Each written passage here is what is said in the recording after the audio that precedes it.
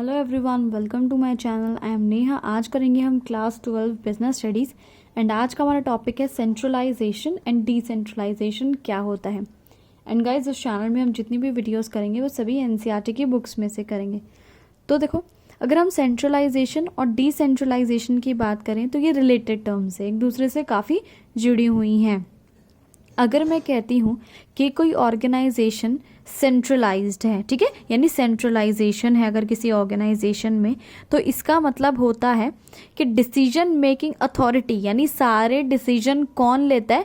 Higher level management यानी top management सारे decision लेता है। लेकिन अगर मैं कहती हूँ कि एक ऑर्गेनाइजेशन डिसेंट्रलाइज्ड है यानी किसी ऑर्गेनाइजेशन में डिसेंट्रलाइजेशन है, तो इसका मतलब है अथॉरिटी इज डेलीगेटेड यानी अथॉरिटी टॉप लेवल मैनेजर्स ने थोड़ी बहुत अपनी ट्रांसफ़र कर दी है लोअर लेवल और मिडिल लेवल मैनेजर्स को।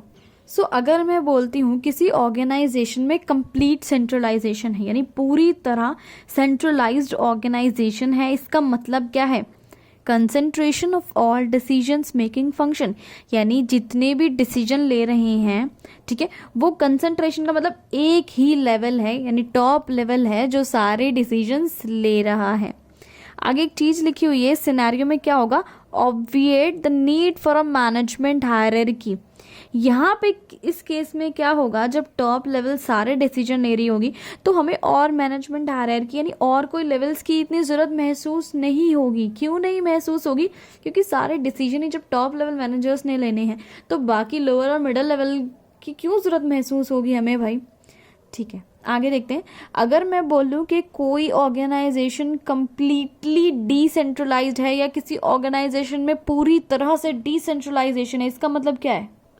इसका मतलब है कि जितने भी डिसीजन जो लेने वाले हैं वो डेलीगेट हो चुकी अथॉरिटी, यानी टॉप लेवल अकेला डिसीजन नहीं लेगा। टॉप लेवल ने अपनी डिसीजन लेने की जो पावर होती है, अथॉरिटी होती है, वो डेलीगेट कर दी है हर एक लेवल को, ठीक है, लोअर लेवल तक सबको ये अथॉरिटी दे दी है। इस केस में क्या होगा? Obviate the need for higher managerial positions. इस केस में हमें टॉप लेवल मैनेजर्स की इतनी ज़्यादा ज़रूरत महसूस नहीं होगी क्योंकि हर एक लेवल का मैनेजर अपने अपने डिसीजंस ले रहा होगा। लेकिन एक बात अगर प्रैक्टिकली की जाए तो दोनों ही सिचुएशन अनरियलिस्टिक है, ऐसा नहीं हो सकता है, दोनों ही सिचुएशन पॉसिबल नहीं है।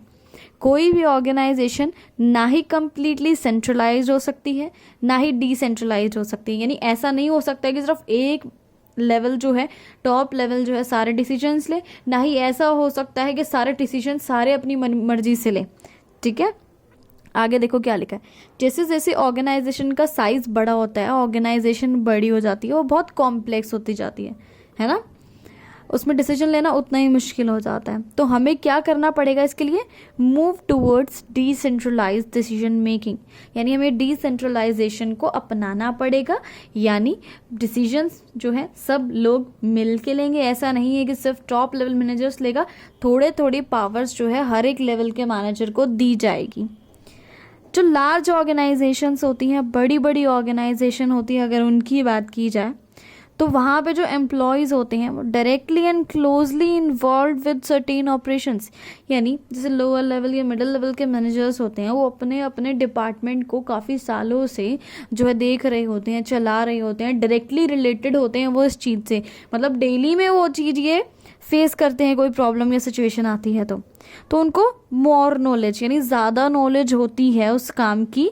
किससे ज़्यादा नॉलेज होती है? टॉप मैनेजमेंट से ज़्यादा नॉलेज होती है। क्यों? क्योंकि टॉप मैनेजमेंट जो होता है वो ऊपर ऊपर से सब कुछ देखता है, लेकिन ये जो मिडिल और लोअर लेवल के मैनेजर्स होते हैं तो बिल्कुल उस चीज़ से बिल्कुल टच होते हैं, जुड़े हुए होते हैं।